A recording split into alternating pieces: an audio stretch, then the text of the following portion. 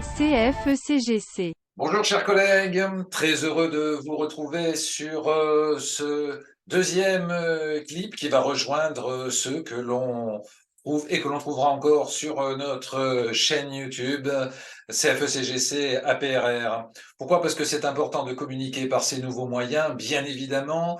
On fait en sorte que vous soyez le plus nombreux à écouter nos informations, à nous suivre. Et d'ailleurs, c'est un des buts visés aujourd'hui par cette vidéo.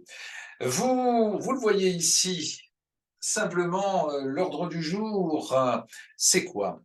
C'est de dire qu'en octobre 2023 vont se dérouler les élections professionnelles.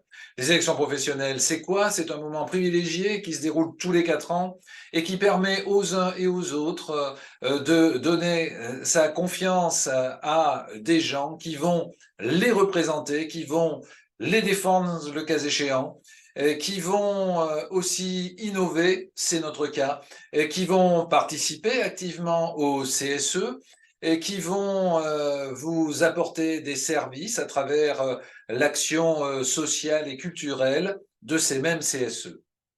Alors oui, ce sont des hommes, ce sont des femmes, et d'ailleurs maintenant avec la loi, depuis 4 ans c'est bien le cas, cette équité femmes-hommes sur les listes est quelque chose d'incontournable. Alors si c'est incontournable, ça veut dire qu'il nous faut des femmes et des hommes qui rejoignent la CFECGC et qui rejoignent la CFECGC pour quoi faire? D'abord, pour se fixer une vision d'être soit titulaire, soit d'être suppléant, tout en sachant qu'un suppléant peut de temps à autre devenir titulaire, peut-être une fois ou deux dans l'année, suivant les configurations, parce que les collègues sont soit en congé, soit absents, soit il est nécessaire de réaliser aussi une rotation au niveau des CSE. Ces CSE, ils fonctionnent comment? Une réunion par mois, sauf sur le mois de juillet. Donc 11 réunions par an qui durent, allez, une demi-journée au maximum et qui nécessitent pour chacun de nous une préparation. Il faut être au courant des dossiers. Cette préparation est de l'ordre de 1, 2 ou 3 heures, souvent d'ailleurs consacrée à écouter ce que nous disent nos collègues dans nos différentes unités. C'est la transformation de cela en questions qui sont posées avec les réponses de la direction par rapport à ces sujets qui auront été mis à l'ordre du jour des CSE. Cet investissement-là est donc globalement à minima d'une petite journée par mois pour ceux qui veulent juste arriver et se dire, après tout, je ne sais pas trop ce que c'est, moi les syndicats, je n'y crois pas trop. Bon, bah, moi je vous le dis, hein, il ne s'agit pas d'y croire, il s'agit de venir partager avec nous notre quotidien, et je pense sincèrement, profondément, d'apprécier les moments que l'on peut passer à travailler ensemble et surtout l'intérêt que représente ce travail de représentant du personnel, parce que nous sommes des représentants effectivement des uns et des autres, et cela nécessite de bien connaître les gens que l'on accompagne. Ça veut dire que on doit être le plus dispatché dans les services, les districts, les agences, les différents sites de travail. Plus on est éclaté sur différents sites, mieux on connaît nos collègues.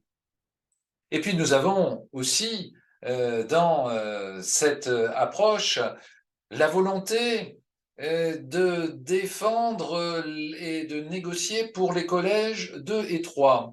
C'est quoi? Le 3, c'est les cadres, et le 2, ce sont les techniciens, les managers de responsables d'activité, chefs d'équipe, ce sont les assistantes, secrétaires, techniciens de domaine, et puis encore plein d'autres choses, des gens au niveau des PC également. Et on peut être imaginatif puisque la liste des lettres du collège 2 et collège 3 sont excessivement nombreuses. Mais vous voyez que la palette, eh bien, il faut la couvrir au maximum.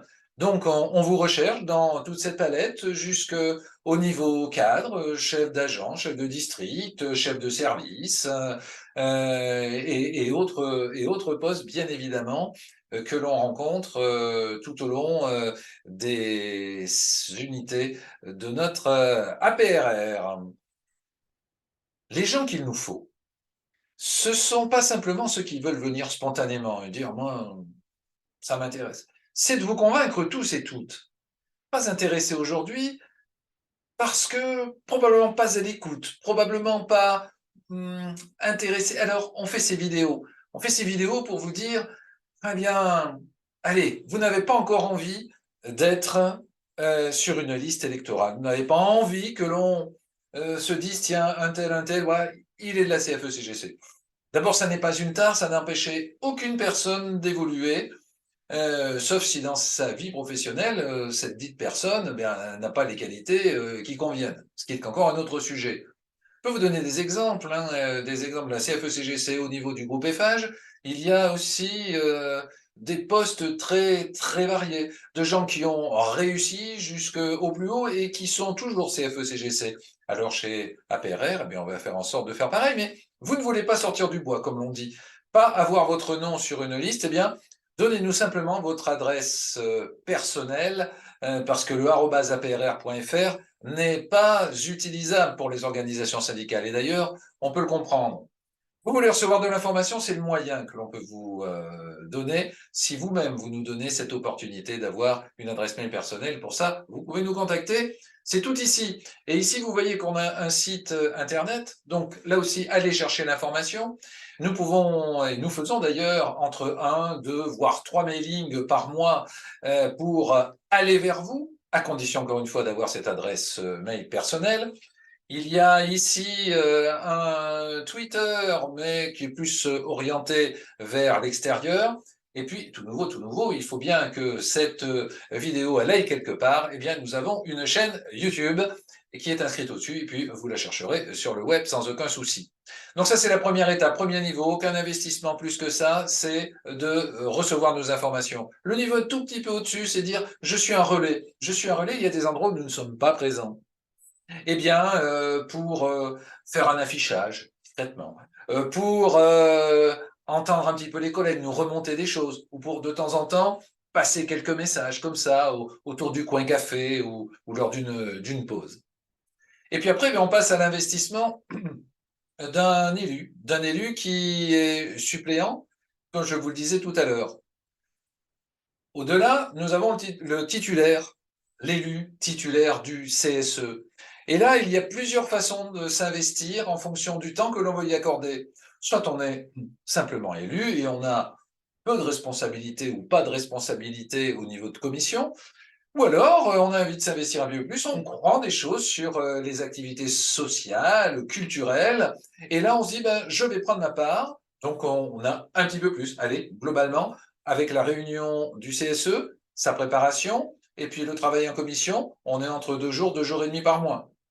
Il y a d'ailleurs les heures de délégation qui conviennent pour cela. Ce sont des heures qui effectivement permettent de consacrer ce temps à ces activités pour lesquelles nous sommes élus. Et puis après, il y a d'autres approches, c'est d'être soit RS, le responsable syndical, il y en a un par établissement, ou alors le délégué syndical d'établissement ou le délégué syndical central qui est devant vous aujourd'hui.